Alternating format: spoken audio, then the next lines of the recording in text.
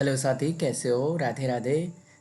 इस वीडियो का जो है सॉल्यूशन क्लास 8 साइंस जो कि बीपीएससी के लिए खास हो जाता है। ठीक है, तो यदि आप बीपीएससी टीचर की तैयारी कर रहे हैं एंड बीपीएससी यानी कि जो स्टेट वाले हैं उसके लिए तैयारी कर रहे हैं, तो ये वीडियो आपके लिए जो है इम्पोर्टेंट है।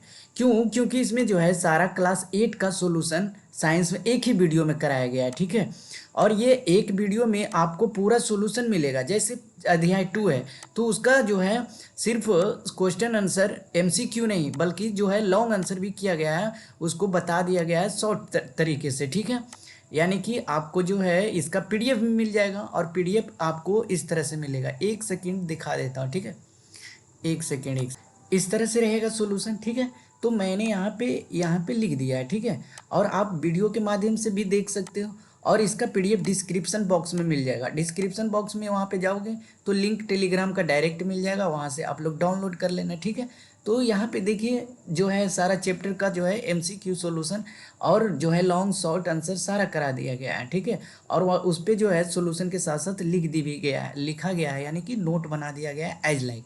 और ये पूरा चैप्टर है। ठीक है, एक दो चैप्टर नहीं है, 16 चैप्टर आपको मिल जाएंगे और ये 2 पार्ट में मिलेंगे और ये पार्ट 1 है। तो आप पार्ट 1 को जो एंजॉय कीजिए। ठीक है, देखिए यहाँ पे सॉल्यूशन है और पार्ट 2 का जो है थोड़ा सा वेट कीजिएगा। ठीक है, आपको अच्छे से प्रोवाइड वीडियो कर दीजिएगा और वीडियो अच्छा लगे तो अपने दोस्तों के साथ और चैनल को सब्सक्राइब कर लीजिएगा। ठीक है, ताकि आपको पार्ट 2 यहाँ पे मिल जाएगा और प्ले लिस्ट आप लोग चेक कर लेंगे तो वहाँ तो बीपीएससी ट्री 4 का जो है सारा प्रीवियस ईयर सॉल्यूशन करा रखा है। ठीक है, तो वहाँ से भी आप लोग वीडियो को एंजॉय कर सकते हो 2 के स्पीड से। ठीक है, तो चलिए अब सफ़र स्टार्ट करते हैं, यानी कि वीडियो जो है चैप्टर 1 से स्टार्ट करते हैं। वहाँ से आप लोग कंटिन्यू करिए 2 के स्पीड से या फिर 1.5 के स्पीड से देखिए। अब हम लोग चैप्टर 2 की तरफ बढ़ते हैं। ठीक है, सूक्ष्म जीव के बारे में पढ़ना होगा। आप लोग, आशा करता हूँ कि चैप्टर पढ़े होंगे, तब आप लोग ये सवाल लगा रहे हैं। ठीक है, तो सूक्ष्म जीवों को किसकी सहायता से देखा जा सकता है? तो माइक्रोस्कोप की सहायता से। पहला ही लाइन पढ़े होंगे आप लोग। ठीक है, नीले हरे शैवाल वायु से डैश का स्थिरीकरण करते हैं, जिसे जिससे क्या होता है, मिट्टी की उर्वरता में वृद्धि आ जाती है, तो नाइट्रोजन की।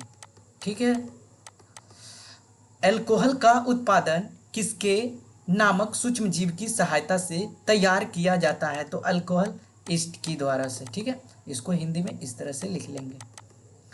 हैजा खाली स्थान के द्वारा होता है। हैजा किसके द्वारा होता है? बैक्टीरिया के द्वारा होता है। ठीक है, ट्रिक भी हमने पढ़ रखा है कि पंडित का टीका नींव है बैक्टीरिया। ठीक है, सही शब्द के आगे सही निशान लगाना है। अभी आपने पढ़ा ईस्ट का उपयोग अल्कोहल के लिए। निम्न में से कौन सा प्रतिजैविक है? प्रतिजैविक क्या है? तो स्ट्रेप्टोमाइसिन। सेकेंड यानी कि पैराग्राफ में चैप्टर में आप लोग देखोगे कि स्ट्रेप्टोमाइसिन जो है प्रतिजैविक है। ठीक है, मलेरिया परजीवी का वाहक है, यानी कि मलेरिया जो है कौन फैलाता है? मादा एनफ्लूएंजा मच्छर। समझ में आ गया? संचरणीय रोग यानी कि संक्रामक रोग सबसे मुख्य कारण, यानी कि कौन इधर से उधर रोग को ही फैलाएगा? सबसे पहले नुस्खा घरेलू मक्खी। ब्रेड तथा इडली फूल जाती है, इसका क्या कारण है? तो ईस्ट की कोशिकाओं में क्या हो जाती है? वृद्धि हो जाती है। चीनी को अल्कोहल में परिवर्तित करने के प्रक्रम का नाम क्या है? तो चीनी को क्या किस तरह से किया जाता है भाई? चीनी को अल्कोहल में परिवर्तित करने के लिए तो क्या हो जाएगा? मोल्डिंग हो जाएगा। ठीक है, मोल्डिंग।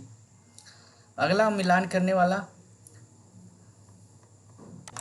भाई उसका जो है किण्वन होगा, फर्मेंटेशन शायद। हाँ, शायद नहीं, फर्मेंटेशन ही होगा। मैं मॉडली क्यों बोल रहा हूँ भाई?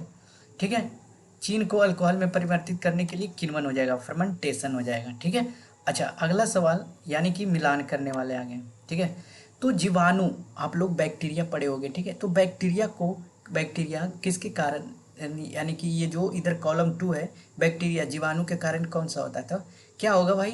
Causing of cholera. अभी पढ़े आपने हैजा, है ना, था ना भाई ऊपर में। ईस्ट, ईस्ट को आपने क्या पढ़ा था बताओ? ईस्ट को झूठ मत बोलना, अभी आपने पढ़ा था। ब्रेड वाले पढ़े थे, ब्रेड के ऊपर ज़्यादा ईस्ट हो जाता। हाँ चलो,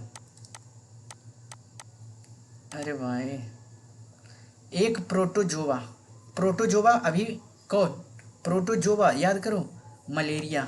गुड। एक विषाणु, विषाणु कौन? एड्स। अच्छा, राइजोबियम नाइट्रोजन स्थिरीकरण, ठीक है। लैक्टोबैसिलस दही। समझ में आ गया भाई। क्या सूक्ष्म जीव बिना यंत्र की सहायता से देखे जा सकते हैं? भाई यदि नहीं तो वह कैसे देखे जा सकते हैं? तो बिना सूक्ष्म की यानी कि माइक्रोस्कोप के बिना जो है आप नेक्ड आइज से नहीं देख सकते हो। सेल इतने छोटे होते हैं, जैसे एक प्याज लो, उसको छीलते जाओ, ऊपर वाले कवरेज पर परत पर एक सेल जमा होता है। क्या आप नंगी आंखों से उसे देख सकते हो? नहीं देख पाओगे भाई, कैसे देख लोगे? आगे चलते हैं, ठीक है, नहीं देख सकते हैं। सूक्ष्म जीव का मुख्य वर्ग कौन से हैं? मुख्य वर्ग कौन से हैं, समझ में आया? यानी कि कौन कौन से होते हैं? पहला बैक्टीरिया, दूसरा वायरस, कवक भी कह सकते हो, तीसरा प्रोटोजोआ, ठीक है, चौथा शैवाल, पांचवा वायरस। देखो सूक्ष्म जीव का मुख्य वर्ग कौन कौन से, और सबके बारे में लिख देना है। बैक्टीरिया, जैसे ये छोटे यानी कि यूनिसेलुलर होते हैं, एक कोशिकीय वाले जीव होते हैं, ठीक है। और इसमें कोशिका भित्ति भी होती है, ठीक है, इसमें सेल वॉल भी होता है, लेकिन न्यूक्लियस नहीं होता है। बैक्टीरिया में न्यूक्लियस नहीं होता है, यानी कि केंद्रक नहीं होता है। और कवक की बात करते हैं तो ये भी बहुत छोटे जीव होते हैं, और इसमें क्लोरोफिल नहीं होता है, ठीक है। इसमें क्या होता है? क्लोरोफिल नहीं होता है, ठीक है। प्रोटोजोआ, प्रोटोजोआ ये क्या? यूनिसेलुलर, ये भी एक कोशिकीय होते हैं, और ये क्या होते हैं? गतिशील होते हैं, ठीक है। और ये शैवाल, शैवाल के बारे में आप लोग पढ़े होंगे। तो ये सरल पौधा है जो कि जल निकायों द्वारा होता है, ठीक है, जल निकाय में उगते हैं। अगला सवाल, वायुमंडलीय नाइट्रोजन का मिट्टी में स्थिरीकरण करने के लिए सूक्ष्म जीव का नाम लिखिए। जैसे खेत में देखते होंगे जोक जैसा, ठीक है, वो, और वो सांस कहाँ से लेता है वो बताना है, ठीक है। उसे राइजोबियम बैक्टीरिया कहते हैं। और या फिर एक दूसरा हो जाता है नीले हरे शैवाल, ठीक है, नीले हरे शैवाल। और पहला हमने क्या बताया था? राइजोबियम, ये हो गया, ठीक है। अगला सवाल, हमारे जीवन में सूक्ष्म योगी के यानी कि सूक्ष्म जीवों के बारे में 10 पंक्तियां लिखिए। क्या क्या यूज करते हैं? तो इनका उपयोग दही बनाने में, बैक्टीरिया जम से, ठीक है, दही बनाने में करते हैं। शराब, किण्वन, ईस्ट पढ़े होंगे। ब्रेड, रोटी वो जो बनता है ईस्ट। फर्मेंटेशन, फर्मेंटेशन क्या बनता है? चीनी, ठीक है, गुड़ को बनाकर यानी कि गन्ने को फर्मेंटेशन कहते हैं, ठीक है।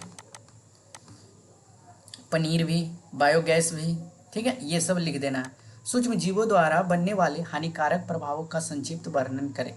अच्छा, ये सूक्ष्म जीव जो है उसमें जैसे आपको हानि भी तो हो रहा है ना, वायरस, बैक्टीरिया, घरेलू मक्खी से आप लोग को इधर से उधर वायरस फैला रहा है, ठीक है, ये हो गया बैक्टीरिया।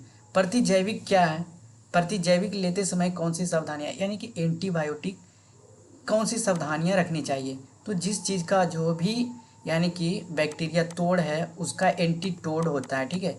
अब यानी कि कुछ फीवर है तो पैरासीटामोल, इस तरह से देखे होगे। वायरस है, वायरस कोई चीज़ हो गया तो उसका अलग दवा होता है, ठीक है, स्ट्रेप्टोमाइसिन करके, एरेंथ्रोमाइसिन करके, ठीक है।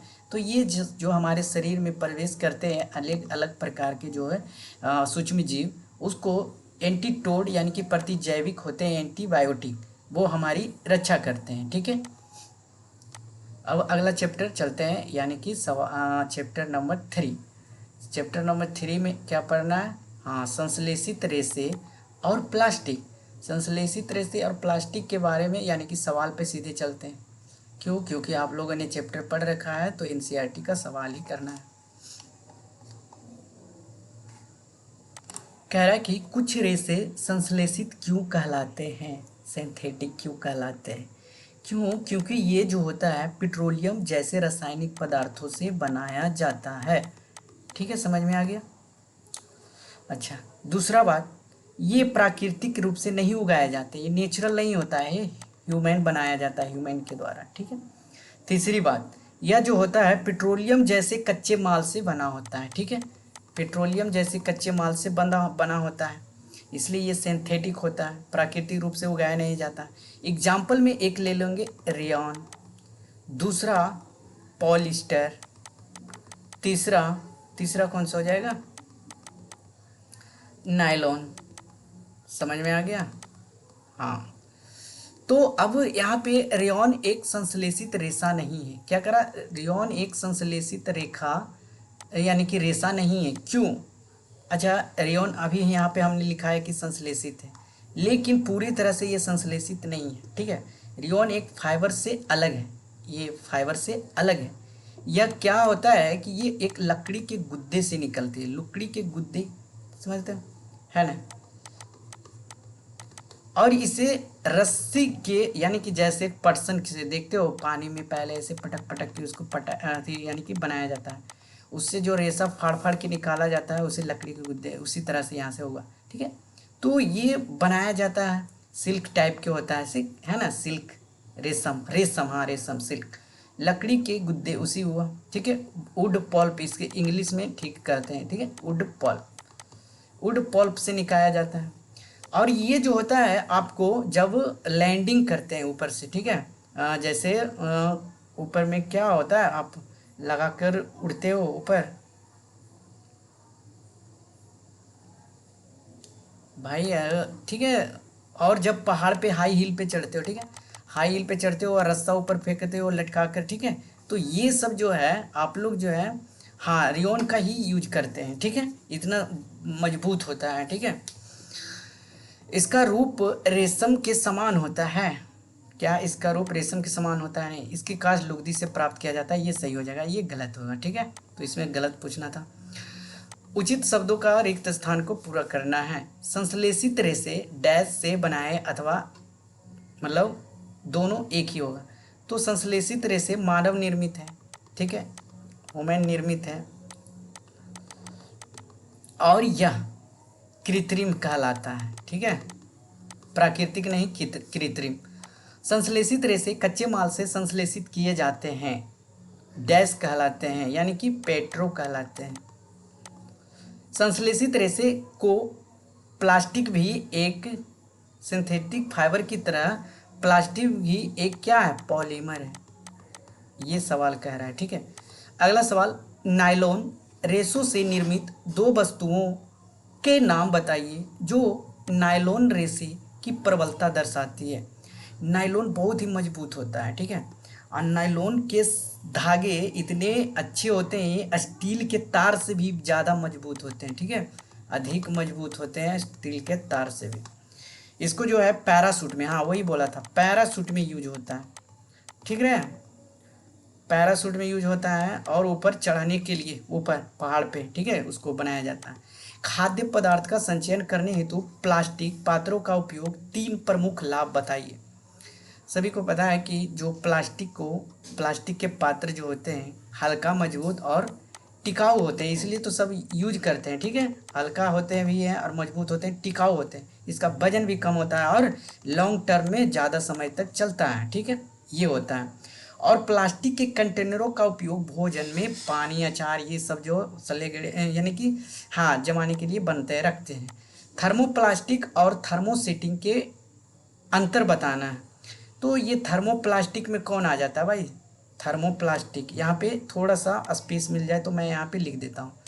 ये हो गया थर्मो, ठीक है, और ये हो गया थर्मोसेटिंग। थर्मो में पॉलीथीन आ गया, ये थर्मो प्लास्टिक हो गया। और एक क्या हो जाएगा, पीवीसी, पीवीसी का पाइप देखते होंगे पानी वानी वगैरह टंकी वंकी में। एक थर्मोसेटिंग होता है मेलामाइन। ठीक है, ये माइक्रोवेव यानी कि सुरक्षित करने के लिए जो बर्तन में यूज होता है, वो बेकेलाइट स्विच बनाने के लिए प्रयोग किया जाता है। देखते हो कभी कभी लाओगे बड़का को स्विच ऑन ऑफ करने वाला, हाँ, वो उसमें जो है बेकेलाइट दिया जाता है। ठीक है, मट्टी टाइप, अरे चीनी मिट्टी टाइप रहता है, उसमें करंट पास नहीं करता है। ठीक है, समझ में आ गया।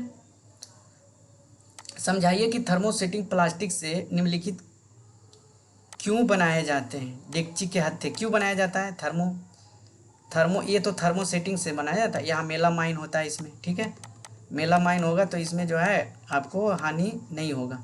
विद्युत प्लग, स्विच प्लग बोर्ड में ये बेकेलाइट यूज होता है। ठीक है, तो बेकेलाइट अभी हमने बताया, एग्जाम्पल देखें। निम्नलिखित पदार्थों को पुनः चक्रित किए जा सकते हैं और पुनः चक्रित नहीं किए जा सकते हैं, ये वर्गीकृत आपको करना है। तो रिसाइकलिंग और साइकिलिंग की बात है सिंथेटिक फाइबर में। ठीक है, तो इसमें जो है प्लास्टिक के खिलौने हो जाएंगे पुनः चक्रित में, पुनः चक्रित नहीं किया जाता है टेलीफोन के उपकरण, कुकर के हैंडल, विद्युत स्विच, ये सब नहीं किए जाते। लिख लेंगे आप लोग, बोलता जा रहा हूँ, ठीक है। और इसमें पुनः चक्रित में प्लास्टिक के कटोरे, प्लास्टिक की कुर्सियाँ, बॉल पॉइंट, कॉलम, ठीक है। तो मतलब जो होता है, जैसे एक बार यूज कर लिए फिर दूसरी बार इसको यूज कर सकते हैं, लेकिन पुनः चक्रित ये तो ख़त्म ही हो जाता है, जल जाता है, ठीक है। हाँ, राना गर्मियों के लिए कमीज खरीदना चाहता है, भाई आपका दोस्त है राना, ठीक है, और बोला कि मैं गर्मी आ रहा है भाई, अब मेरे को शर्ट लेना है। तो वो सूती कमीजें खरीदना चाहता है या संश्लेषित, आप उसको बताओ कि कौन सा लेना है, सू सूती की संश्लेषित, ठीक है। तो सिंथेटिक फाइबर अत्यंत जो होता है रेशे से बने होते हैं और ये पसीनों को बाहर निकाल ही नहीं सकता है, ठीक है। तो ये संश्लेषित नहीं लेना है, ठीक है। तो कौन सा लेना है भाई, तो कपास कॉटन वाला लेना है, ठीक है। आप बोल दियो भाई अपने दोस्त राना को कॉटन वाला लेना है।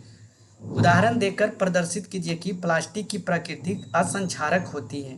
भाई प्लास्टिक जो होता है असंक्षारक सिंथेटिक पावर, यानी कि यही होगा ना, उदाहरण देकर समझाइए, ये तो नहीं है, अभी तो समझा ही दिए ना।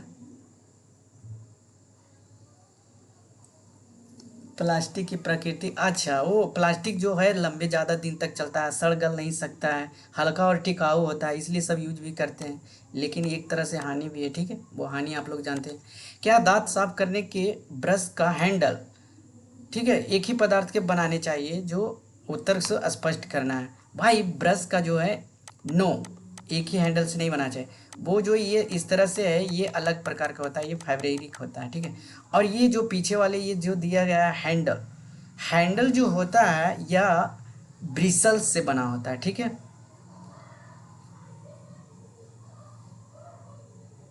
ये नरम लचीली होता है, नरम और लचीली आकार के होता है, ठीक है। देखते हो इधर उधर ऐसे मुड़ जाता है।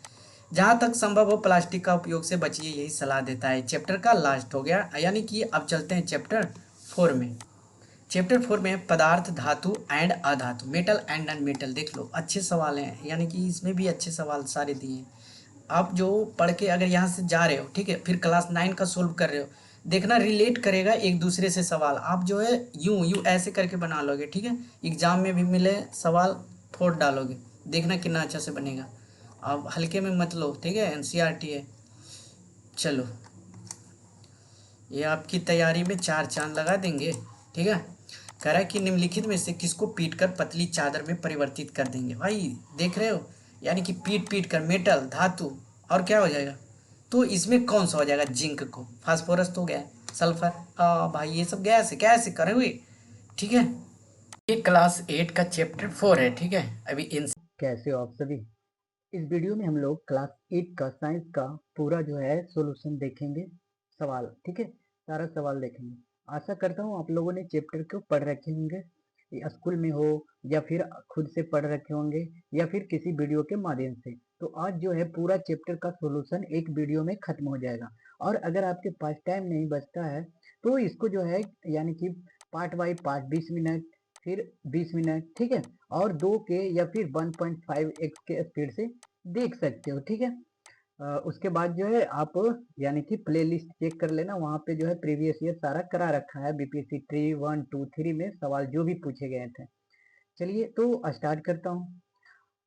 सबसे पहले तो पहला चैप्टर हमारा क्या है, फसल उत्पादन एवं प्रबंधन, ठीक है, सभी को पता है। अब चलिए सवाल करते हैं। इसमें जो शब्द दिया गया है उसमें आपको क्या करना है कि छाट कर लिखना है, ठीक है। तो सबसे पहले तैरने, जल, फसल, पोषक और तैयारी, ये सब शब्द है, और आपको इन्हीं शब्दों में से आपको फिल इन दी ब्लैंक्स भरना है, ठीक है। तो चलिए स्टार्ट हो जाओ भाई, जो भी जहाँ भी है वहाँ से ही तैयारी शुरू कर देंगे। चलिए, एक ही स्थान पर एक ही प्रकार की बड़ी मात्रा में उगाए गए पौधों को क्या कहते हैं, तो फसल कहते हैं, ठीक है। फसल कहाँ पे दिखा, यहाँ पे। चलिए, फसल उगाने से पहले प्रथम चरण मिट्टी की क्या होती है, तो मिट्टी की तैयारी की जाती है। ओके, अगला सवाल। क्षतिग्रस्त बीज जल की सतह पर तैरने लगता है, कैसे, जैसे पापा लोग यानी कि पापा सब लाते हैं बिया, बीज, उसको जल में पहले डालते हैं। क्यों? क्योंकि जो खराब बीज है पानी के थ्रू ऊपर चला जाए, उसको बाहर से निकाल के फेंक दे और अच्छे बीज को खेतों में जाकर जो है फसल के उपजाने के लायक बनाया जाता है। ठीक है। फसल उगाने के लिए पर्याप्त सूर्य का प्रकाश, मिट्टी से क्या होता है, जल तथा पोषक तत्व प्राप्त करते हैं। ठीक है। पोषक मैंने गलत लिखा है। ठीक है, ये हो जाएगा पोषक तत्व आवश्यकता होती है। ठीक है। अब मैच द कॉलम के पास चलेंगे। खरीफ फसल सभी को पता है, ये धान होता है। रबी फसल गेहूं होता है। रासायनिक उर्वरक क्या होता है, यूरिया एवं फॉस्फेट। और कार्बनिक खाद क्या होता है, मवेशियों का चारा। ठीक है, ये जो है कार्बनिक खाद होता है। यूरिया एवं सुपर फास्फेट सभी को पता है, यूरिया लोग पापा लोग लाते होंगे खेत में डालने के लिए। निम्न दो दो का उदाहरण दीजिए। खरीफ फसल में अभी क्या क्या बताया हमने, धान एवं मक्का, ये देखिए। रबी फसल में क्या हो जाएगा, गेहूं, क्या हो जाएगा, चना, जो भी लिख सकते हो, यहाँ पे दिया गया चना मटर। ठीक, आप यहाँ से देख लेना। अगला सवाल कर रहा है, निम्न में से, यानी कि थोड़ा स्पीड में करना होगा क्योंकि जो है 16 चैप्टर हैं। ठीक है, 16 चैप्टर हमको एक वीडियो में ही पूरा खत्म करना है। चलिए, निम्न पर अपने शब्दों में एक एक पैराग्राफ लिखिए। पहला, मिट्टी तैयार करना। दूसरा, बुआई, निराई, थ्रेसिंग। सबसे पहले आप खेतों फसल को उपजाने के लिए मिट्टी को जोतते हैं। ठीक है, फिर बुआई करते हैं, यानी कि जो सीड आपने लगाए हैं उसको जो है फसल तैयार होता है उसको बुआई करते हैं। निराई करते हैं मतलब काटते हैं, फसल तैयार हो जाता है। उसके बाद थ्रेसिंग करते हैं, मशीन में डालकर जो है उसको यानी कि जो है अन्न निकाल लेते हैं। कह रहा है कि स्पष्ट कीजिए कि उर्वरक खाद से किस प्रकार भिन्न है। भाई उर्वरक अलग है, उर्वरक खाद से स्पष्ट कीजिए कि उर्वरक जो है खाद से किस प्रकार भिन्न है। एक रासायनिक होता है और एक हम लोग यानी कि किसान लोग हम सब हैं, तो वो एक खेत में यानी कि एक प्यारा सा गड्ढा बना लेते हैं, उसमें जो भी सड़े गले गोबर है उसको रखते हैं। बहुत दिन के बाद जो है उसको तैयार करके उसको खेतों में हाँ इस तरह से ऐसे ऐसे ऐसे छिड़काव कर दिया जाता है, तो उर्वरक खाद है। ये ह्यूमस को खराब नहीं करता, यानी कि मिट्टी को खराब नहीं करता, ये मिट्टी की यानी कि उर्वरकता को कम कर सकती है रासायनिक। ठीक है, तो इस तरह से आप लोग 4-5 एग्जाम्पल दे दीजिएगा। सिंचाई किसे कहते हैं, एक ड्रिप प्रणाली होती है, एक स्प्रिंकल प्रणाली होती है। दो विधियां लिख दीजिएगा। ड्रिप प्रणाली कैसे होती है, यानी कि डायरेक्ट जड़ तक पहुंचाया जाता है पाइप के थ्रू, और स्प्रिंकल ये झरना, इस तरह से देखते होंगे। हाँ ठीक है। कह रहा है कि यदि गेहूं को खरीफ ऋतु में उगाया जाए, भाई गेहूं को कम मात्रा की यानी कि पानी की आवश्यकता होती है, और धान को देखते हो कि बहुत सारा पानी पानी में मतलब बोरी मोरी और रोपाया जाता है, खेत किया जाता है, उसमें पानी इतना इतना सारा भरा रहता है। लेकिन गेहूं को क्या किया जाता है, गर्मी में ऐसे ही ठंडी में छीट दिया जाता है। ठीक है, ऐसे ऐसे करके उसका तो फिर वो उग जाता है, तो जो है नहीं हो सकता है उसका। ठीक है, खेत में लगातार फसल उगाने से मिट्टी पर प्रभाव पड़ता है, उसकी उर्वरकता कम हो जाती है। ठीक है, ऐसे लिख दीजिएगा कि उसकी उर्वरकता कम होती जाती है। खरपतवार क्या है, भाई खरपतवार समझते हो, जैसे यानी कि धान ओसाना, धान से जो भी यानी कि होता है भूसा वगैरह उसको बाहर निकाल देना। ठीक है, तो ये खरपतवार हो गया। जैसे धान गेहूं काटने जाते हो, उसका जो है निछावन, उसे ही कहते हैं, मतलब बढ़िया फसल को अलग रख लेते हो, निवारी को अलग कर देते हो। ठीक है, निम्न बॉक्स को सही क्रम में लगाइए। ठीक है, ये बॉक्स जो दिया गया है, तो आपको सबसे पहले क्या करना है, मिट्टी तैयार करना है, तो इसको 1 में लिखेंगे। उसके बाद क्या करना है भाई, खेत की जुताई करना है, इसको 2 में लिखेंगे। उसके बाद क्या करना है, बुआई करना है ना, बुआई करना है। फिर उसके बाद क्या करना है, खाद देना है। फिर उसके बाद क्या करना है, सिंचाई करना है। उसके बाद कटाई करना है। उसके बाद फसल को चीनी मिल, गन्ना के मतलब गन्ने की फसल है उसको उगाने के लिए मिट्टी तैयार किया, फिर खेत की जुताई किया, फिर बुआ दिया, उसको बस खाद दिया, फिर खाद देकर पटाया, फिर कटाई किया, फिर से यानी चीनी मिल में भेज दिया, गन्ने को चीनी उत्पादन के लिए भेज दिया। ऊपर से नीचे की ओर जो है संकेतिक यानी कि पहेली को पूरा करना है। तो ये पहेली आपके लिए बुक में दिया गया होगा इस तरह से, इसको आपको जो है HW करना है। ठीक है, देखिएगा मजेदार लगेगा भरने में। ठीक है, इससे आप पूरा चैप्टर भी पढ़ लोगे और अच्छा भी रहेगा। ठीक है, और एक परियोजना भी, प्रोजेक्ट भी दे रहा हूँ। आप जैसे स्कूल में करा रहे हो, आपको बोला जाए यानी कि आप बच्चे को, ठीक है, आप अगर आप टीचर बनिए, प्रोजेक्ट देना चाहते हो बच्चों को, ठीक है, कि एक क्रियाकलाप है आप करके लाना है, तो बीजों का चयन, महत्व और सिंचाई की विधियां जो है प्रोजेक्ट उनको दे देना है, या फिर कह देना है सीधी सी पेड़ लगा के आना एक। ठीक है, अब अगले चैप्टर की तरफ बढ़ता हूँ। सूक्ष्म जीव एवं शत्रु, ठीक है, मित्र एवं सबूत सबका जो है फेवरेट है। ये समझ गया हूँ मैं, सबका फेवरेट ये मतलब साइंस, ये इसमें चैप्टर जो है, क्यों, क्योंकि इसमें जो है बेसिक नॉलेज थोड़ा सा पहले ही यानी कि बायोलॉजी के बारे में दिख जाता है 8वां, ठीक है। तो चलिए पहला ही सवाल स्टार्ट करता हूँ, किधर गया, पूरा एनसीईआरटी पहले ही डाउनलोड कर रखा हूँ, ठीक है।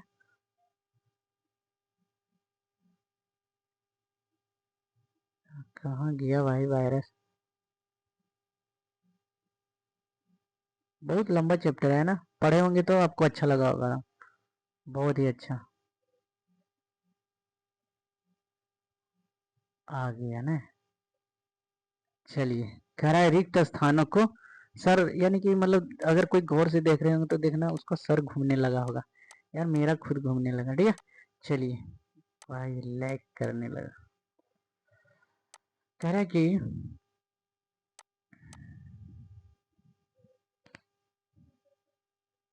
एनसीईआरटी करने वाले हैं, तो निम्नलिखित में से कह रहा है कि निम्नलिखित में से किसको पीटकर पतली चादरों में परिवर्तित किया जा सकता है, ठीक है। तो ये ऑप्शन ही यानी इसमें आप एलिमिनेट कर सकते हो, ठीक है। तो जिंक ये एक मेटल है, और मेटल को ही तन्यता ज़्यादा होता है, उसमें चमक ज़्यादा होते हैं। आगे पढ़ेंगे, आगे सवाल रहेंगे, देखना कितना मज़ेदार रहेगा। और ये यानी कि डक्टेबिलिटी इसके पास हाई होता है, आघात वर्धनीय होता है, ये सब होता है, ठीक है। इसलिए इसका यूज किया जाता है। कह रहा है कि निम्नलिखित में से कौन सा कथन सही है। भाई इसमें ट्रू एंड फॉल्स आपको बताना है। क्या सभी धातुएं तन्य होती है, या सभी आ गया यहाँ पे एलिमिनेट कर देना है, एलिमिनेट कर देना है। जनरली धातुएं जो होती है तन्य होती है, ठीक है। और कुछ अधातुएं, अधातुएं की बात तो हो या ही नहीं, ठीक है, कैंसिल मार देना। फिर आगे भाई फिल इन दी ब्लैंक्स, रिक्त स्थानों को पूरा करना है। फास्फोरस बहुत ही क्या होता है, अधातु होता है, यानी कि प्रतिक्रियाशील धातु होता है, यानी कि तुरंत जो है, हाँ रिएक्टिव, ठीक है, इसे रिएक्टिव बोल सकते हो। चलो अगला सवाल। कह रहा कि धातुएं उष्मा और डैश की आवश्यकता होती है। तो धातुएं उष्मा की, ठीक है, यहाँ पे उष्मा की होगा, उष्मा की, अच्छा, ठीक है, अच्छा और, ठीक है, इस तरह से लिखते हैं, अच्छा और क्या, मतलब उसके पास यानी कि बिजली धातुएं उष्मा के अच्छा सुचालक होती है यहाँ कुछ, ठीक है। आयरन कॉपर की अपेक्षा डैश अभिक्रियाशील है। आयरन कॉपर के अपेक्षा यानी कि लोहा अधिक अभिक्रियाशील है, तो मोर रिएक्टिव लिख देना है, ठीक है।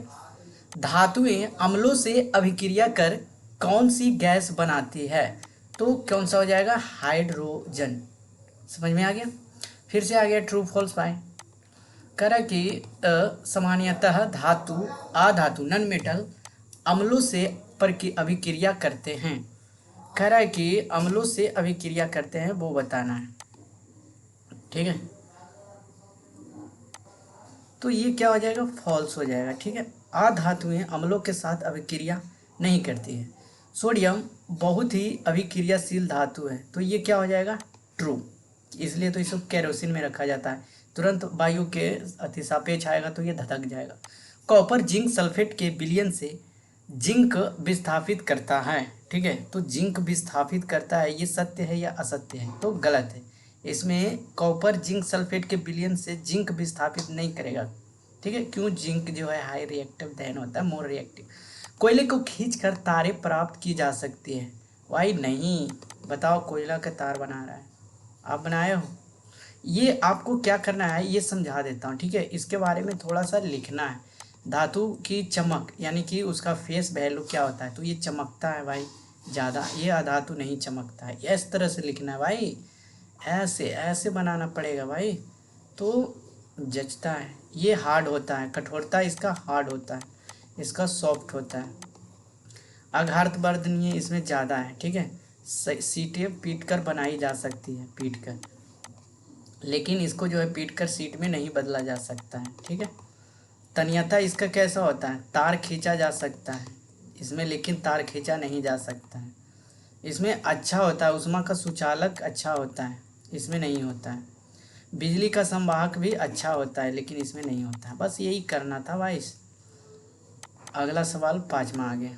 छठा, एल्युमिनियम की पन्नी का उपयोग, देखते हो पतला पतला फाइल जैसा मिठाई लाने जाते होंगे, मिठाई की दुकान पे आप देखते होंगे चांदी मिल जाता है आपको, कितना पतला पतला ताने चांदी, ठीक है। तो वो इसलिए लपेटा जाता है क्योंकि जो उसकी चादर पतली, बहुत ही अधिक पतली बनती है, देखते हो कागज़ से भी पतला रहता है, इतना पतला, ठीक है। और ये खाद्य पदार्थ में इसलिए क्योंकि ये रिएक्टिव नहीं करता है, ठीक है, जो भी फूड होता है उससे रिएक्टिव नहीं करता है।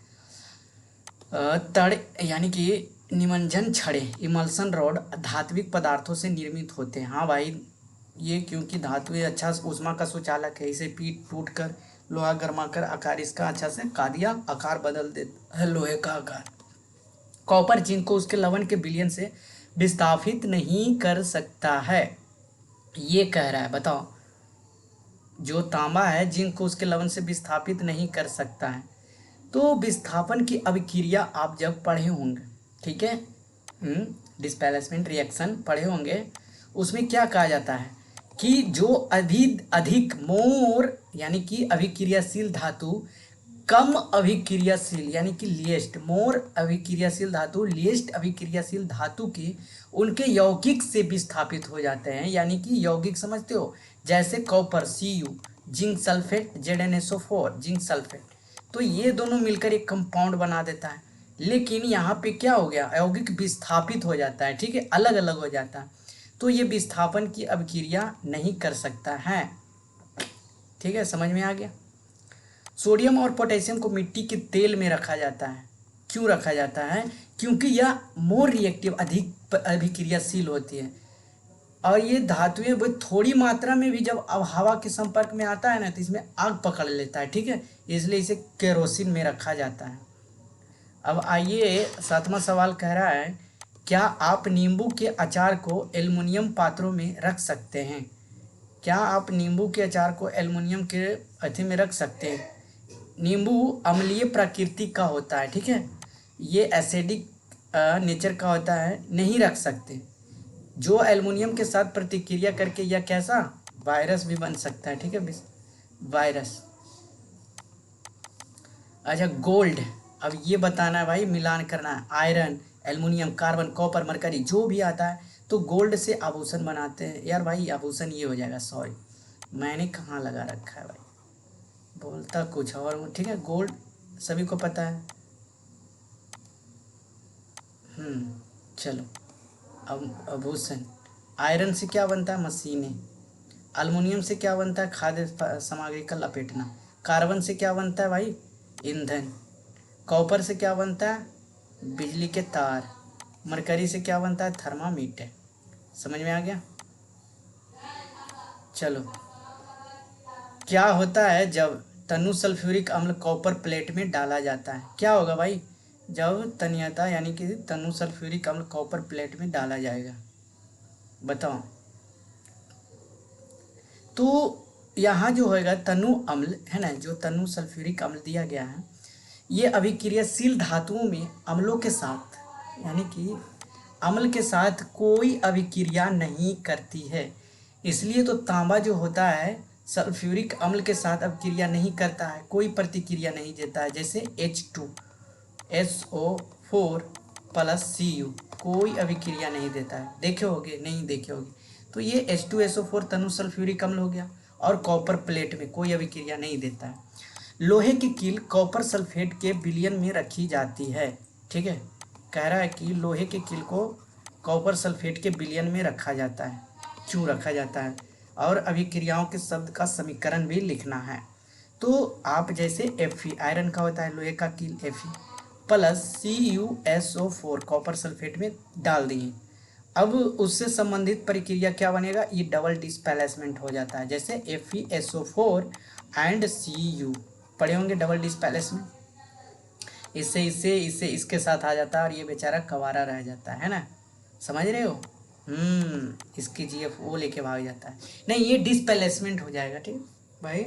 डबल डिस्प्लेसमेंट कब होगा, जब इसके पास भी GF रहता और ये GF इसके साथ, इसका GF BF इसके साथ, ये बात होता, तब डबल डिस्प्लेसमेंट होता, पढ़े होंगे डबल ट्रिक, इस तरह से होता है। तो ये जो है समझ गए, विस्थापन अभिक्रिया घटित होती है, डिस्प्लेसमेंट रिएक्शन। चलो भाई, समझ में आ गया। अगला सवाल क्या कह रहा है, वह गैस की प्रकृति कैसे ज्ञात करेगी। जैसे आप एक जला हुआ लकड़ी का टुकड़ा लो, आप पकड़ा हुआ, अब उसको एक टेस्ट ट्यूब में उसका धुआं जो होता है, गैस निकलते रहता है, उसको इससे डाल दो। अब वो गैस यानी कि जो प्रज्वली हुआ उसमें क्या अभिक्रिया हुआ, आप अंदाज़ा लगाओ, प्रैक्टिकल कर रहे हो, इमेजिन करो, ठीक है। तो ये जो है थोड़ा जो है, जैसे आपने क्या किया, चारकोल को, कार्बन का एक रूप होता है, सभी को पता है चारकोल में। अब ये एक कैसा है, नन मेटल है, अधातु है। अब जब अधातु कोई भी वायु के साथ अभिक्रिया करती है, वायु के साथ अभिक्रिया करती है, तो अधातु ऑक्साइड बनाती है। क्या बनाती है, नन मेटल ऑक्साइड, ठीक है, नन मेटल ऑक्साइड, जो कि ये कैसी होती है, प्रकृति का अम्लीय होता है, ठीक है। ये नेचर कैसी होती है, इसका अम्लीय होता है। और ये जो कार्बन हवा में चलता है, ठीक है, कार्बन में जब जलता है कार्बन, तो यह अम्लीय ऑक्साइड बनाता है, जिसे कार्बन डाइऑक्साइड कहा जाता है, CO2 कहा जाता है भाई, ठीक है। तो कार्बन प्लस O2 तो CO2, ठीक है, समझ में आ गया। अब ये आप लोग, जैसे आप और आपकी माँ आभूषण की दुकान यानी कि सोनार के पास गई, सोना जो है सोना को साफ कराने गई, ठीक है, यही सवाल कर रहा है। अब सोनार ने साफ किया तो उसका पहले जो दाम यानी कि वजन था उससे थोड़ा सा कम गया। अब कैसे कम गया, क्या सोनार चोरी कर लिया या फिर सोना को तोड़कर अलग कर लिया। तो उन्होंने एक्यूरेजिया का इस्तेमाल किया। एक्यूरेजिया सोना वोना साफ करने में सहायता होता है। एक्यूरेजिया में नाइट्रिक अम्ल और हाइड्रोक्लोरिक एसिड होता है, ठीक है, नाइट्रिक अम्ल और हाइड्रोक्लोरिक एसिड होता है, जिससे वो होता है कि सोने की बाहरी परत जो होता है, ठीक है, जो बाहरी परत होता है वो घुल जाता है, ठीक है, एक्यूरेजिया में, इस तरह से वो हल्का हो जाता है, ठीक है। अब कोयला और पेट्रोलियम के बारे में यानी कि 5वां चैप्टर हम लोग पहुंच गए। 4 चैप्टर हो गया, अब 5वां चैप्टर है। 5वां चैप्टर कोयला और पेट्रोलियम है। इसका सवाल आंसर जवाब करते हैं, ठीक है। तो आइए, क्या हुआ, CNG और LPG का ईंधन के रूप में उपयोग करने का क्या लाभ है। तो CNG वायु प्रदूषण कम करेगा, LPG भी, ठीक है। और ये क्या करेगा, इसे आसानी से पाइपलाइनों के द्वारा जो है पहुंचाया भी जा सकता है घर घर। और ये जलाने के लिए इस्तेमाल किया जाता है और अधिक परिष्कृत करने की आवश्यकता नहीं होती है भाई, ठीक है, यानी ज़्यादा स्पेस छेकेगा भी नहीं। और जलने पर ये कोई ठोस अवशेष भी नहीं छोड़ता है, यानी कि अलग प्रकार से N2O है ना, नाइट्रस ऑक्साइड, ये सब वगैरह नहीं छोड़ता है, ठीक है।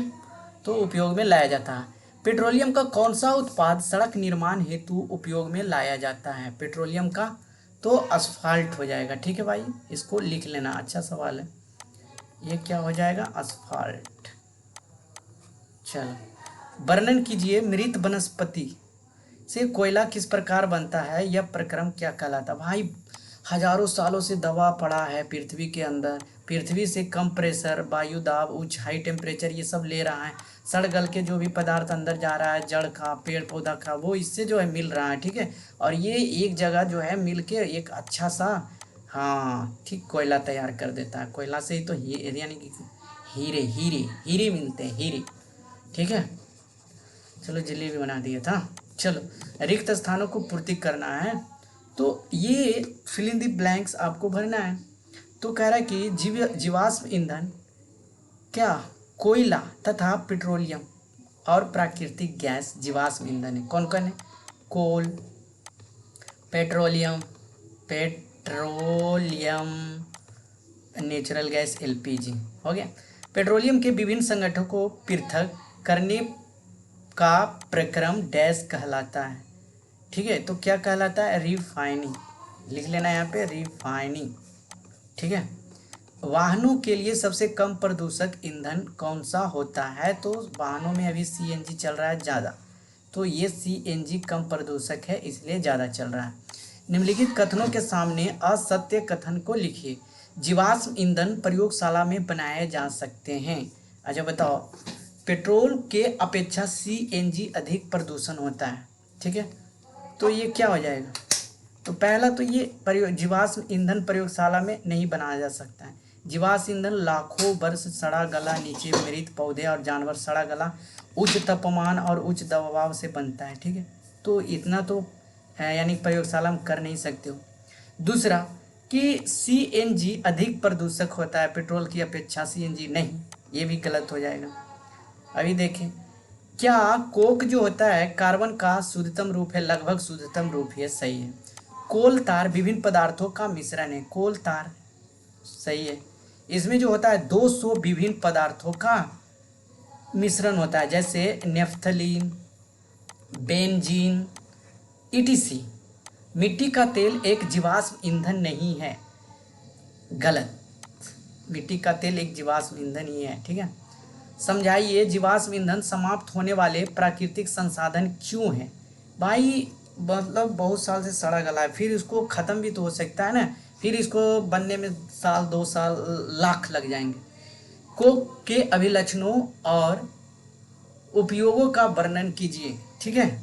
तो कोक जो है किसका, कार्बन का शुद्धतम रूप है, ठीक है, और ये बहुत ही शुद्ध है, और ये एक काला टाइप का होता है, काला पदार्थ इसे भी कहते हैं, ठीक है, समझ में आ गया। और ये बिना कोई धुआं उत्पन्न किए हुए जलता है, धुआं हुआ इसमें कुछ नहीं होता भाई, ठीक है। ये सब लक्षण आप लिख लीजिएगा। और कोक का उपयोग कहाँ करते हैं, इसका इस्पात बनाने में करते हैं, ठीक है। इसका उपयोग ईंधन के रूप में भी करते हैं, ठीक है। पेट्रोलियम निर्माण के प्रक्रम को समझाइए, पेट्रोलियम कैसे निर्माण होता है भाई, थोड़ा सा समझा दो। तो ये लाखों वर्ष में मृत जीव पेट्रोलियम में परिवर्तित हो जाते हैं। जैसे पेट्रोलियम का निर्माण देखते होंगे हमेशा समुद्र में ही होता है, क्यों होता है, क्योंकि उसमें लाखों रहने वाले पौधे और जानवर से हुआ होता है, क्यों मरा, यानी मार धार के फेंक देते भाई उसमें, ठीक है, समुद्र में। जब में मर गए होते हैं तो वो समुद्री के तलहट्टी में चले जाते होंगे, ठीक है, और उसमें बालू रेत मिट्टी उसमें मिल जाते होंगे, मिल के हाँ भाई वही तेल बना देते हैं।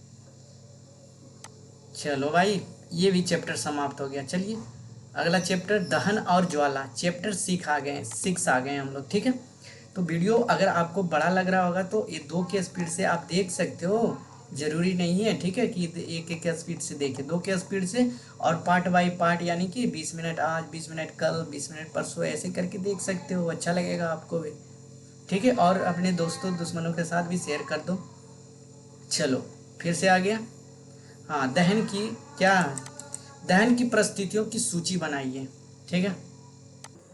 ये दहन की परिस्थितियों की सूची बनाना है। 3 स्थितियां मान लो है, ईंधन, ये दहनशील पदार्थ है। दूसरा वायु, ऑक्सीजन की आपूर्ति के लिए उपस्थित है। तीसरा ऊष्मा, ये क्या करता है, तापमान तक पहुंचाने के लिए हाँ उपस्थित होता है, ठीक है। अब करा अगला सवाल, लकड़ी और कोयला जलने से वायु का क्या होता है, कौन सा प्रदूषण होता है, भाई प्रदूषण ही होता है, ठीक है। चलो, घरों में काम करने वाले एक द्रव ईंधन डैश होता है, तो एलपीजी होता है। जलना प्रारंभ होने से पहले ईंधन को उसके डैश तक गर्म करना आवश्यक है। ईंधन को जलने से पहले उसे इग्निशियस तापमान होता है, ठीक है ना, इग्निशन, इस तरह से लिख देंगे इसको, इग्निशन तापमान होता है, ठीक है, उस हद तक आपको पहले गर्म किया जाता है। तेल द्वारा उत्पन्न आग को डैश द्वारा नियंत्रित नहीं किया जाता, पानी के द्वारा नहीं कर सकते हैं, उसमें कार्बन डाइऑक्साइड लाना पड़ता है। समझाइए कि मोटर वाहनों में सीएनजी के उपयोग से हमारे शहरों में प्रदूषण किस प्रकार है, मतलब किस लेवल तक कम हुआ, किस हद तक कम हुआ। भाई पेट्रोल और डीजल की तुलना में तो ये बहुत ही सस्ता है और ये कम हानिकारक है भाई, सबसे पहले, ठीक है। और यह एक क्या है, स्वच्छ ईंधन है, बिल्कुल यूज करना चाहिए। आपके पेट्रोल वाले गाड़ी है तो बाहर निकाल दो, ठीक है, पर्यावरण के लिए बोल रहा हूँ यार। ईंधन के रूप में एलपीजी और लकड़ी की तुलना कीजिए, तो लकड़ी एक ठोस रूप होता है, एलपीजी तरल रूप होता है। भाई ये सब लिख लेना, ठीक है, यहाँ पे स्पेस नहीं है, बता देता हूँ, ठीक है। और ये इसे मतलब ले जाने में ज़्यादा कठिन है। किसको? लकड़ी को। एलपीजी को जो है सिलेंडरों में ले जाना आसान होता है, इसमें अधिक धुआं होता है। अरे यार, ये सोच लो कि माँ आपकी जो है पहले चूल्हे पे बनाती थी, अब गैस पर बनाती है, अंतर दोनों में देखे होंगे, वो अच्छे से आप लिख दोगे, ठीक है। कारण बताइए, विद्युत उपकरण से संबंध, आग पर नियंत्रण, पानी हेतु जल का उपयोग नहीं किया जाता है। भाई आग में जल डालोगे और वहाँ पे ऑक्सीजन अगर है तो वहाँ पे और आग दिखेगा, ठीक है, तो उपयोग नहीं किया जाता है। एलपीजी लकड़ी से अच्छा घरेलू ईंधन है, यार है ये अभी ऊपर पड़ा है। कागज स्वयं सरलता से आग पकड़ लाता है, जबकि जब अल्युमिनियम पाइपों के चारों ओर लपेट कर कागज के टुकड़ा आग नहीं पकड़ पाता है। वो भाई, यार मैं क्या बोल रहा हूँ मैं, क्या मैं सुन रहा हूँ? कुछ नहीं सुन रहा हूँ भाई। हाँ, क्या कह रहा है कि पेपर, अल्युमिनियम कागज जो ऊष्मा का अच्छा सुचालक है, ठीक है। अल्युमिनियम पाइप के चारों ओर लपेटा गया कागज का टुकड़ा आग नहीं पकड़ता है। कागज स्वयं सरलता से आग पकड़ लेता है, जबकि अल्युमिनियम पाइप के चारों ओर लपेटा गया कागज का टुकड़ा आग नहीं पकड़ता है। क्यों? कागज का ज्वलन तापमान पहुंच नहीं पाता है, ठीक है, इसलिए यह आसानी से आग नहीं पकड़ पाता है। समझ में आ गया? मोमबत्ती ज्वाला का चिन्हित चित्र बनाइए। भाई मोमबत्ती जलते हुए एक चित्र बना देना है इस तरह से, ठीक है, ऊपर से आप करें। ईंधीय ईंधन के ऊष्मीय मान को किस मात्रक द्वारा प्रदर्शित किया जाता है, ठीक है। अच्छा, इसमें ईंधन में जो ये जला, ठीक है, ये मोमबत्ती जला, अच्छे से बना देता हूँ, ये अंदर का भाग हो गया। अब ये यहाँ से ऐसे, देख रहे हो कलाकारी, मतलब कुछ है यार, मेरे में भी है दम कलाकारी का। चलो, ये एक एक पार्ट और बना देता हूँ, एक कलाकारी और कर देता हूँ। देख रहे हो विनोद सर कैसे बदल रहे हैं, ठीक है। ये ब्लू फ्लेम है और एक रेड बना देता हूँ। एक सेकेंड रुकेगा भाई, भाई आप लोग के लिए यार कर रहा हूँ, ठीक है, मैं घर में नहीं ले जाना। ये हो गया येलो टाइप, चलो इस तरह से जलता है। और एक हो गया ब्लैक टाइप, ब्लैक भी बना ही देता हूँ। चलो, कहीं जाना नहीं है, यहीं पे रुकना है, ठीक है। ये ब्लैक टाइप, 3 टाइप के हो गया। अब ये डार्क जोन लिखना है आपको। ये ब्लू वाले जो है क्या हो जाएगा, हॉटेस्ट पार्ट, ब्लू वाले हॉटेस्ट पार्ट। और ये नॉन लिमिनस जेल होता है और ये ब्लू रंग का होता है। ये येलो वाले देखना, ये ब्लैक पे चल गया। येलो वाले देखना, ये मॉडरेटली हॉट होता है, यानी कि ज़्यादा उतना गर्म नहीं होता है। और ये सबसे कम गर्म होता है ब्लैक वाला, ठीक है, लीस्ट हॉट होता है। इसे डार्क जोन भी कहा जाता है, ठीक है। तो ये समझ लो भाई। ये कैंडल है, देख रहे हो कलाकारी। ईंधन के ऊष्मीय मान को किस मात्रक द्वारा प्रदर्शित किया जाता है। अगर आप ऐसे ही मतलब बना हुआ सॉल्यूशन पीडीएफ चाहते हो तो ये पीडीएफ भी आपको मैं दे दूंगा फ्री में। बस आपको क्या करना है, मेरे को यानी कि व्हाट्सएप ग्रुप में ज्वाइन हो जाना है, वहाँ पे आपको मिल जाएगा। और ये डिस्क्रिप्शन बॉक्स में लिंक मिल जाएगा, ठीक है, डिस्क्रिप्शन बॉक्स में लिंक है पीडीएफ का, मिल जाएगा। चलो, कहीं नहीं जाना है, यहीं पे रुकना है यार, मैं तकिया कलाम की तरह यूज करता हूँ। चलो ठीक है। हरी पत्तियों को ढेर को जलाना कठिन होता है, परंतु सूखी पत्तियों में आग आसानी से लग जाती है, समझाइए। लो भाई, हरी पत्तियों को ढेर को जलाना कठिन होता है लेकिन अकेले रहता है। सूखी पत्ती में आग लगाने से कठिन मतलब ज़्यादा उसमें हार्ड होता है। हाँ सही बात है। कैलोरीफिक वैल्यू जो होता है, हाँ, किलो जूल से कम होता है, इसलिए थोड़ा सा कठिन होता है। सोना और चांदी को पिघलाने के लिए अभी बताया हमने यूकेरेजिया का इस्तेमाल किया जाता है। अच्छा, ये तो सूट ही गया। CO2 किस प्रकार आग को नियंत्रित करता है। भाई जबरदस्त। चार्ज लगा दिया मैंने लैपटॉप, ठीक है। आई थिंक लाइन, हाँ आ गया। समझाइए कि CO2 किस प्रकार आग को नियंत्रित करता है। तो कार्बन डाइऑक्साइड से भरी होती है और इसका छिड़काव किया जाता है आग जब लगता है। यह किसी वस्तु को कंबल के तरह यानी कंबल से ढक देता है, जिसमें ऑक्सीजन की आपूर्ति बंद कर देता है, ठीक है भाई। अब कार्बन डाइऑक्साइड विद्युत उपकरणों को नुकसान नहीं पहुंचाता है, ठीक है। विद्युत जब आग लगता है घर में, इसका छिड़काव कर दो, बंद हो जाएगा भाई, ठीक है। यही कह रहा है सवाल। हरे पत्तों में पानी होती है, ठीक है। ये हरे पत्ते में पानी होती है, लेकिन हरी पत्तियां में जो हो पानी मौजूद होती है, पनियों में ज्वलनशील ताप तक पहुंचने से बचाता है भाई, ठीक है। और इसलिए सूखी पत्ती जल्दी लहक जाता है, समझ गया। और गीला पत्ती यानी कि वो जो है हरा, वो लहक नहीं पाता है। यार मैं क्या बोल रहा हूँ। सोना और चांदी पिघलाने के लिए सभी को पता है कि बाहरी यानी कि सोना और चांदी को पिघलाने के लिए पूर्ण दहन से गुजरना पड़ता है यार। सोना चांदी की क्रेजी अंकुर।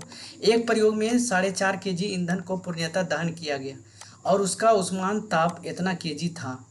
तो उसमें मान परिकलित कीजिए, ठीक है। तो कैलोरीफिक वैल्यू, ठीक है, कैलोरीफिक वैल्यू ये हीट कर रहा है, ठीक है, इसको हीट कर रहा है। तो हीट जो होता है ये किलो जूल में एक होता है। और ये क्या होता है, कंज्यूम फ्यूल अमाउंट, एक heat amount it consumed in KG. अब ये जो दिया गया है 1 kg का उत्पन्न 18 इतना दिया गया है केजी। तो 4.5 kg में कितना हो जाएगा, तो 180000 करके नीचे कितना कर देना है 4.5, नीचे हो जाएगा 4.5, ये कट जाएगा, ऊपर चल जाएगा 10, कट जाएगा कितना 416, 416, 520, हाँ ये 4 बार में यानी कि 40,000 kg हो जाएगा। 40,000 kg जूल प्रति किलो हो जाएगा, ठीक है। इतना आ जाएगा आंसर, समझ में आ गया। थोड़ा सा इसको हाँ सुधार लेता हूँ। चलिए अब क्या करना है, अगला सवाल चलना है। क्या जंग लगने पर प्रक्रम को दहन कहा जा सकता है, विवेचना कीजिए। क्या जंग लगने से दहन को यानी प्रक्रम के दहन को कहा जा सकता है, विवेचना कीजिए भाई। सवाल 12 देखेंगे। जंग लगने पर धातु की जो है ऑक्सीजन के साथ अवक्रिया कर लेता है, ठीक है, O2 के साथ। अब O2 के साथ अवक्रिया करा, लेकिन लोहे पर जंग लगना काफ़ी समय लग जाता है, सभी को पता है, ये तुरंत नहीं लग पाता है। और ये धीमी दहन का एक उदाहरण हो सकता है, विवेचना कीजिए। इतना यार कर लेना, ठीक है। चलो आगे अगला चैप्टर की तरफ बढ़ गए हम लोग, ठीक है, यानी कि चैप्टर 7 क्या होता है, पौधे एवं जंतुओं का संरक्षण। अब इसके सवाल जवाब करेंगे।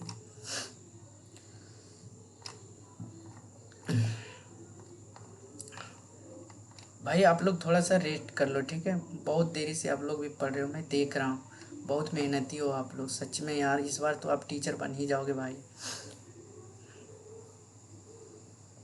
टीचर बन जाना है भाई, छोड़ना नहीं है। अरे मैं रुक क्यों जाता हूँ। चलो आ गया भाई, आ गया सवाल, आ गया। Hold hold hold hold hold hold. ओ, रिक्त स्थानों की उचित शब्दों को द्वारा पूर्ति कीजिए। अब ये फिल इन द ब्लैंक्स है। वह क्षेत्र जिसमें जंतु अपनी प्राकृतिक आवास में संरक्षित होते हैं डैश कहलाता है ना, क्या कहलाता है।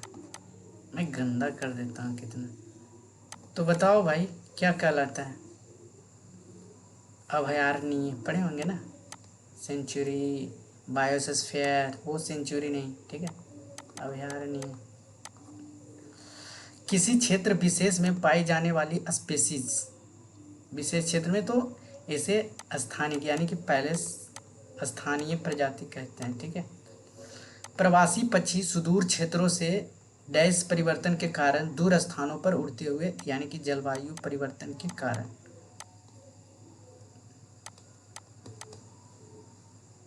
ठीक है। अगर दूसरा सवाल है, अंतर स्पष्ट करना है, लिखना है। कह रहा है कि निम्नलिखित अंतर स्पष्ट कीजिए। वन्य प्राणी उद्यान एवं जैव मंडलीय आरक्षित क्षेत्र हैं। भाई सही बात है, वन्य प्राणी उद्यान बनाए गए हैं, जैव मंडलीय यानी कि आरक्षित किए गए हैं, तो ये वन्य हो जाएगा और इधर जैव, इस तरह से आपको लिख लेना है पूरा, ठीक है।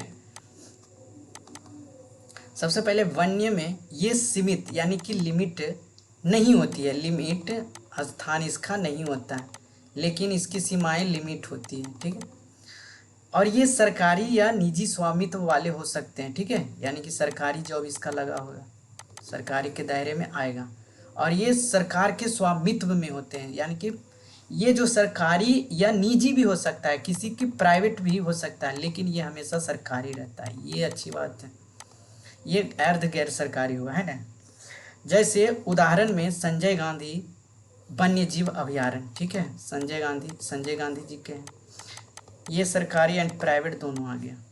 और ये पंचमढ़ी बायोस्फीयर, सुंदरवन, ये सब क्या हो गया, सरकारी हो गया, ठीक है, सुंदरवन। समझ में आ गया। चिड़ियाघर एवं अभयारण्य, भाई चिड़ियाघर एवं अभयारण्य अंतर स्पष्ट करना है। देख रहे हो कितने अच्छे अच्छे सवाल हैं।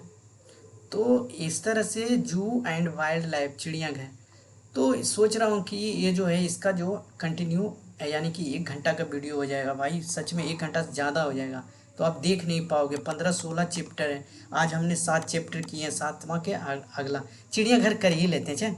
चिड़ियाघर एक कृत्रिम आवास होता है, ठीक है भाइयों। और ये यानी कि चिड़ियाघर, और ये अभयारण्य जो होता है जंगली जानवर का होता है। सबसे पहले तो ये जानेंगे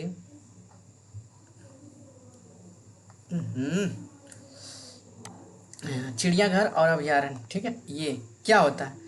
यह वह क्षेत्र होता है जहाँ जानवरों को सार्वजनिक प्रदर्शन के लिए रखा जाता है। जैसे आप जाते हो चिड़ियाघर, क्यों देखने जाते हो सबको। अभयारण्य में क्या होता है, यह जानवरों को उनके प्राकृतिक आवास से संरक्षित किया जाता है। मतलब जहाँ ये जंगल में रह रहे थे, वहाँ जंगल की कटाई होगी, फिर उठा के इसको यहाँ पे डाल दिया गया, ठीक है, अभयारण्य में। संकटपन एवं विलुप्त स्पीसीज क्या होता है, संकटपन विलुप्त स्पीसी यानी कि जो अभी लुप्त होने वाला है और ये लुप्त हो चुका है, बस यही बात है। जैसे बंगाल टाइगर, एक सिंग वाला गैंडा, ये सब, और ये एशियाई चीता, डायनासोर, ये सब क्या है, विलुप्त स्पीसीज है। दिखता है, अब नहीं दिखता है भाई, चीता भी अब नहीं दिखता है, ठीक है। एक चीता था वो भी खत्म हो गया। संकटापन यही होता है। वनस्पति जात एवं प्राणी जात, ये भी अच्छा सवाल है। वनस्पति जात, आओ समझते हैं भाई, इसका एक अलग से चैप्टर बनाऊंगा, बहुत ही अच्छे सवाल हैं। वनस्पति यानी कि, है ना भाई, बहुत ही अच्छे सवाल है, मैं क्या ही कह सकता हूँ। फ्लोरा, पौधे में ये एक फ्लोरा टाइप का होता है, फ्लोरा इसे कहते हैं, और इसे पशु वर्ग, एनिमल कहते हैं, ठीक है। इसमें सागौन, आम, जामड़ी, ठीक है, ये सब, आम, साल, सागौन, ये सब हो गया। प्राणी जगत में चीता, तेंदुआ, हिरन, ठीक है, भौंकने वाला, नीलगाय, ये सब, समझ रहे हैं। अच्छा, आ गया, बहुत बढ़िया सवाल। वनोन्मूलन का निम्न पर क्या प्रभाव पड़ता है, ठीक है, बताओ भाई, वनोन्मूलन का निम्न पर क्या प्रभाव पड़ेगा। तो पहले तो इस पे यानी कि वन्य प्राणी पे, जंगली जानवरों पे, तापमान में वृद्धि, ग्लोबल वार्मिंग, ये सब हो जाएगा, ठीक है। तो लिख लेंगे जंगली जानवर, पर्यावरण,